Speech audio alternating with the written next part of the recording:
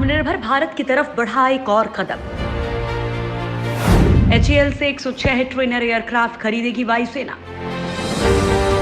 PM Modi ने corona virus के संक्रमण काल में एक नया और मजबूत संकल्प देश की जनता के सामने रखा था। उसका नाम था आत्मनिर्भर भारत। पीएम मोदी का सपना है कि भारत जल्द से जल्द आत्मनिर्भर बने ताकि दूसरे देशों से निर्भरता खत्म हो और भारत ऐतिहासिक मजबूती की तरफ बढ़ सके। इसकी शुरुआत भारत ने रक्षा के क्षेत्र से ही की है। पहले रक्षा मंत्री राजनाथ सिंह 101 उन रक्षा उपकरणों की सूची तैयार की थी जिनके आयात पर रोक लग गई है। इसके फौरन बाद सरकार ने मेक इन इंडिया की तर्ज पर कई रक्षा सौदे किए।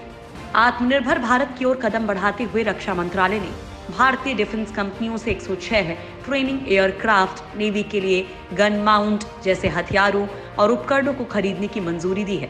रक्षा मंत्री राजनाथ सिंह की अध्यक्षता में रक्षा खरीद परिषद की हुई बैठक में 8,722.38 करोड़ रुपए के हथियारों और रक्षा उपकरणों की खरीद को मंजूरी दी गई है। परिषद ने HAL से ऐसे 106 विमानों की खरीद को मंजूरी दी है ताकि वायुसेना के पायलट्स के प्रशिक्षण की जरूरतों को पूरा किया जा सके।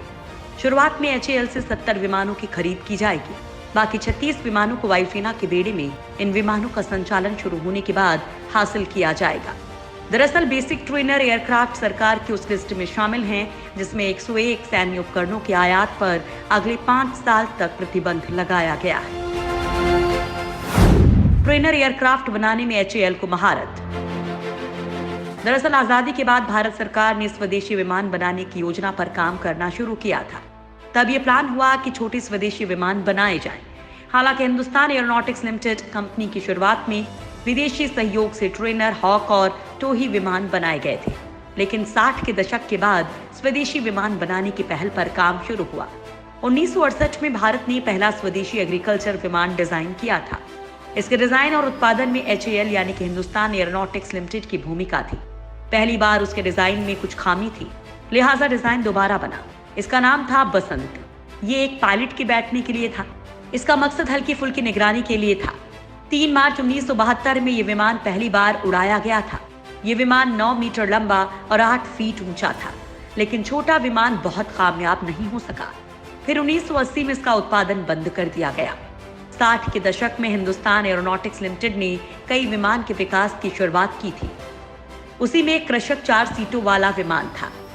इसके 2 प्रोटोटाइप बनाए गए, लेकिन इस प्रोजेक्ट में किसी ने दिलचस्पी नहीं ली, तो ये प्रोजेक्ट बंद ही होने वाला था। लेकिन फिर भारतीय सेना ने इसे उबार लिया।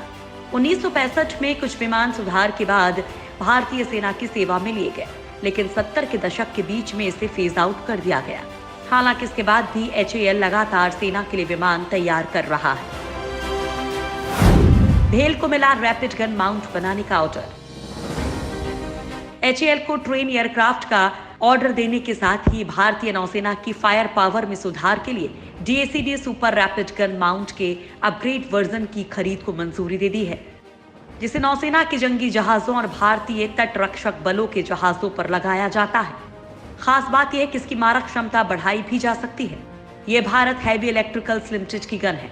इस गन में मिसाइलों तक को गिराने की क्षमता है।